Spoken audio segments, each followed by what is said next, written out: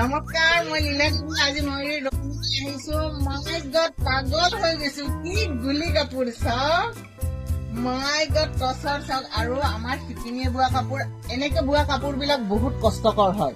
আমাৰ বহুতে নাজানে এই মানে গছ বুটাটো যেতিয়া এনেকে এপাহ এপাহকে বুই যায়, শিপিনীৰ বহুত কষ্ট হয়। আৰু সেইটো কাৰণে এই কাপোৰ বিলাকৰ কষ্টিংটো অলপ বেছি হয়।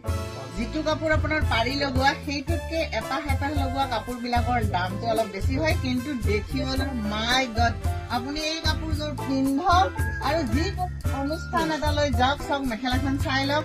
এই কাপোৰযোৰ পিন্ধি আপুনি যিকোনো অনুষ্ঠান এটালৈ যাওক, মানুহে আপোনাক ৰৈ ৰৈ চাব লাগিব। এইটোৱে কলো আৰু একদম ৰৈ ৰৈ চাব। গুলি গুলি কাপোৰ একদম মাই গড, ৰঙে ফুলে। আৰু চাওক গ্ৰে কালাৰৰ এই ৰংটোত হোৱাইট গুণা, কিমান মজা লাগিছে। ফুল আৰু ৰং মিলাব জানিলে আমাৰ অসমীয়া কাপোৰ সঁচাই জবাব।